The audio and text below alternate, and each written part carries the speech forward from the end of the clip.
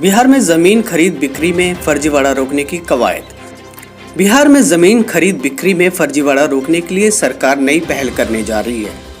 आप भी जमीन के मालिक हैं तो जाने ये नई व्यवस्था। दरअसल प्रदेश में अब नए सर्वे की जरूरत नहीं पड़ेगी।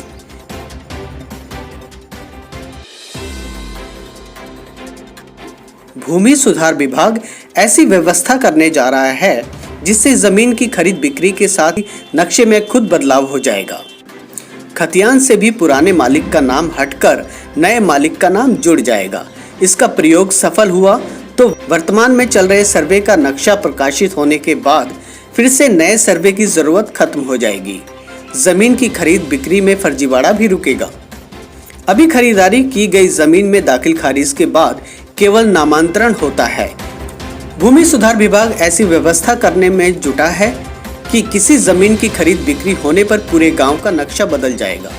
यानी जमाबंदी पंजी में उतनी जमीन पर बेचने वाले का नाम हटाकर खरीदने वाले का नाम जोड़ दिया जाता है, लेकिन गांव का नक्शा या खतियान में कोई बदलाव नहीं होता है।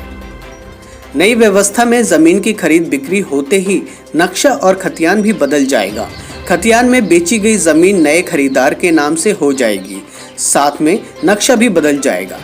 नए नक्शे में जमीन का अलग भूखंड दिखेगा जिसका खेसरा नंबर अलग होगा। उस खेसरा के मालिक के नाम की जगह पर नए खरीदार का नाम चढ़ जाएगा। इसी के साथ हर गांव में खेसरा की संख्या भी बढ़ जाएगी। भूमि सुधार विभाग टेक्चुअल के साथ स्पेशल डाटा को भी अपलोड कर रहा है। इसी के साथ 20 जिलों में हवाई सर्वे भी चल रहा है। हवाई जहाज में लगे हाई रेजोल्यूशन के कैमरे से तस्वीर ली जाती है जिससे त्रुटि की संभावना कम होती है।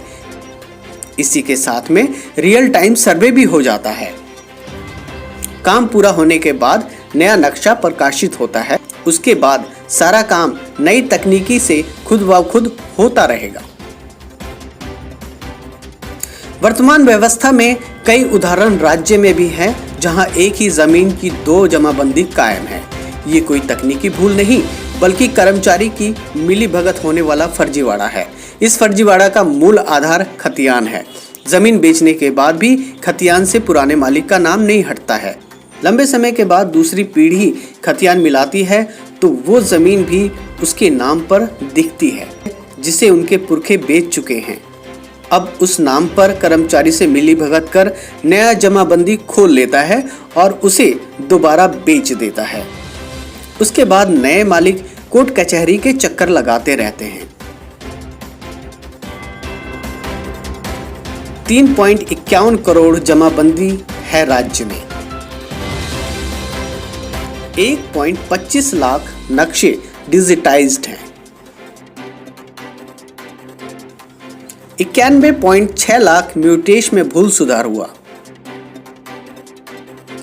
3.5 हजार म्यूटेशन रोज होता है।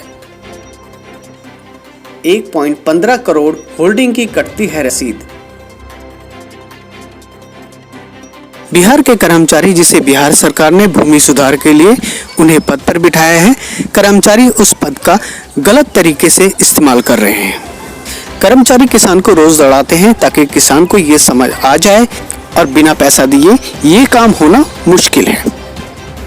उसके बाद उनसे काम के हिसाब से पैसे की मांग करते हैं। किसान अपनी भूमि के लिए कहीं से पैसे का इंतजाम करता है और कर्मचारी को दे देता है। इस पैसे का कोई भी रसीद किसी भी किसान को नहीं दिया जाता है। बिहार में ये खुलेआम चल रहा है और इसे रोकने टोकने वाला कोई नहीं।